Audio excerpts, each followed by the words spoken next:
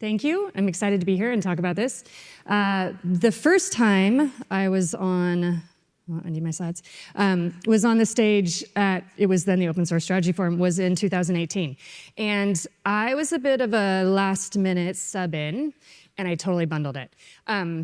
It didn't go all that well. But I raised the point because in 2018, we were thinking about why financial services organizations should contribute to open source. We were trying to convince them it's the right thing to do. We're still talking about that. We will continue to talk about that forever. But in that time, we've really matured a lot in, our community has matured. You know, we were 30 members back then, we're over 100 now. And we've really matured hugely in the amount that the community is engaging and contributing, even though we still have a ways to go. So at the time, I was also the director of member success. And I was thinking about, well, how can we help our members understand the value of open source and the value of membership in FINOS. And I'm still thinking about that now as I work on research related specifically to what Frank talked about, and then drilling that down into FINOS. So I've been thinking about this for many, many years, and I've also been maturing in the way that we're thinking about it and engaging our members in those discussions. So for the past several months, I've been talking to a lot of members about how we help them understand the value of their membership and of adopting open source, and then also of contributing. Frank laid out very well all of the benefits. And so our first iteration it's for members only, but if you're, I know we have a lot of members in this room, so come talk to me if you're interested in getting a report.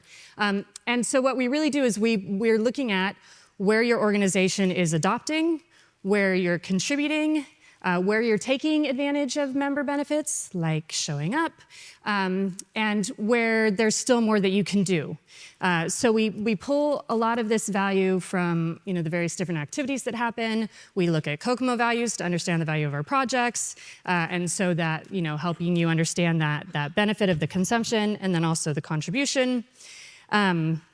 And then we want to take a step deeper. So we make a bunch of assumptions in our calculator, but those assumptions might not be the assumptions that work in your organization. So there are plenty of places where you can override the assumptions we make, add in additional data inputs. And again, what we're really focused on is, I'm focused on FINOS, right? I'm going to leave the bigger, more challenging ecosystem, and I'm going to take everything I can from what the Linux Foundation produces as well to feed it into this. But we're really looking at our FINOS projects and our standards and how you can get value out of those, and then how your contributions and your consumptions actually makes it a much bigger ecosystem for all of financial services. So for example, looking at, we'll look at very specific aspects of our projects and our services as opposed to more general models. So for FDC3, how is it that the internal connectivity and external connectivity to clients and vendors is much faster, right? So better time to market, takes less resource, less testing. So there's value in that for your organization, right? But when you look at how it impacts the whole industry, then there's a lot bigger value. And that's the number that we want to really measure and quantify. So please do put in a request if you want to have this go through this with your organization. If you're not a member, become a member, and then let's have a conversation.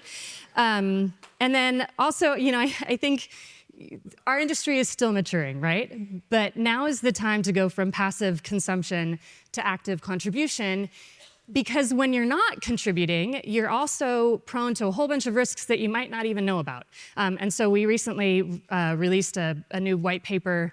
Rob Moffett, he's around, you can ask him about it too, and our colleague Daniel Fosgren at FOSS-ID, really describing how restrictive contribution policies are costing you in more ways than you think, and that you're not able to quantify those values.